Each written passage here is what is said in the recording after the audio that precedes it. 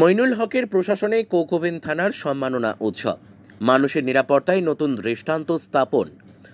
Asansol Durgapur police কমিশনারেটের কোকোবেন থানার উদ্যোগে বৃহস্পতিবার সন্ধ্যায় আয়োজিত হয় দুর্গাপুজো, কালী পুজো, ছট পুজো ও মহরম উপলক্ষে বহুল প্রতীক্ষিত চূড়ান্ত পুরস্কার বিতরণ অনুষ্ঠান, যা প্রাকৃতিক দুর্যোগের কারণে বাতিল করা হয়েছিল।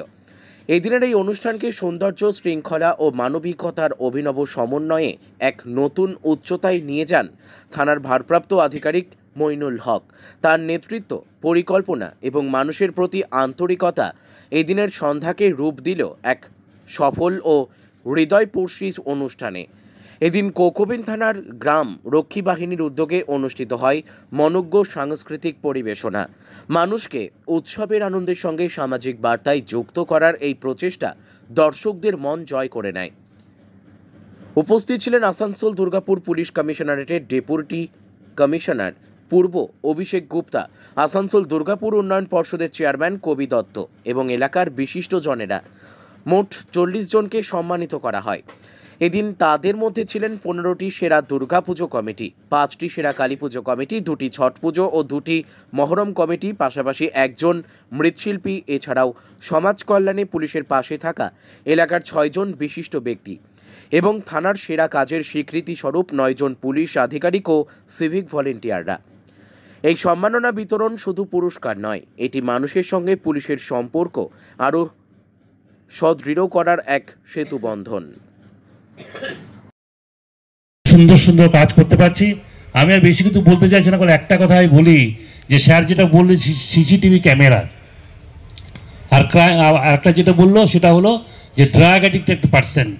মানে আমরা দীর্ঘদিন চাকরি করার পর এই যে সময়ের মধ্যে স্যার এই এলাকায় এসে দুটো জিনিস ডিটেক্ট করেছে, যে ক্রাইমকে কন্ট্রোল করতে গেলে এখানে দুটো জিনিসের অ্যাবিলিটি করতেই হবে, যেটা আমরা কিন্তু মানে পদে পদে সেটা উপকার পাচ্ছি।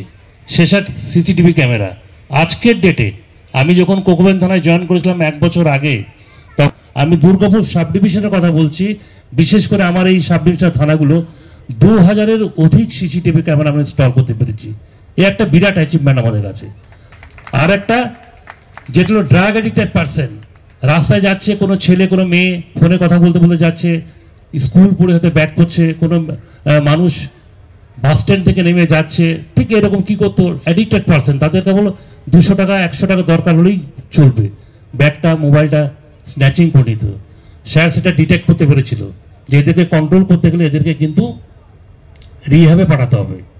তো আজকের ডেটে আমাদের দুর্গাপুর সাব ডিভিশনের কথা বলছি, স্যারের উদ্যোগে 60 জন ছেলে যারা রিহ্যাবে রয়েছে।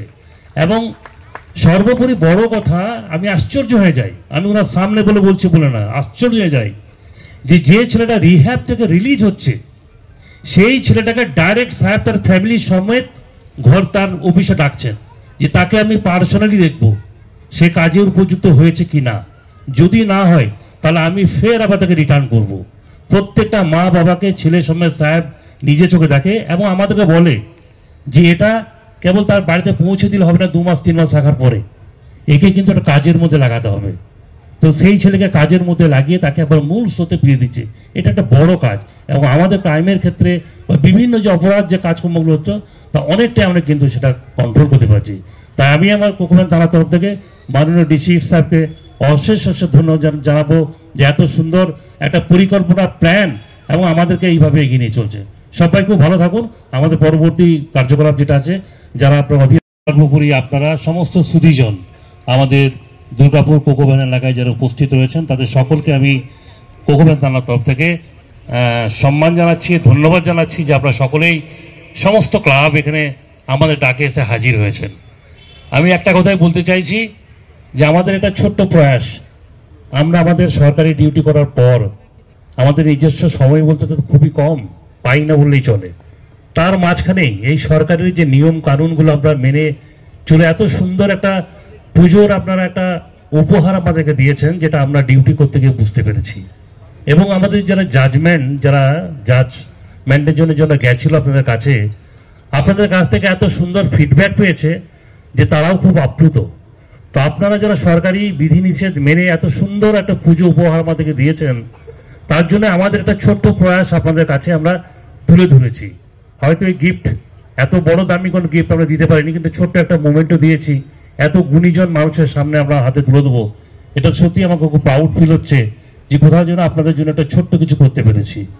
আশা করি আবার সামনে বছর যখন পুজো হবে ঠিক এইভাবে আপনারা যেমন সরকারি বিধিনিষেধকে মান্যতা দিয়েছেন, সম্মানের সহিত সমস্ত রুল রেগুলেশন মেনে কাজ করেছেন, আশা করি আপনারা আগেরবারও ঠিক এইভাবে কাজ করবেন, এটা আমি বিশ্বাস আস্থা রাখতেই পারি।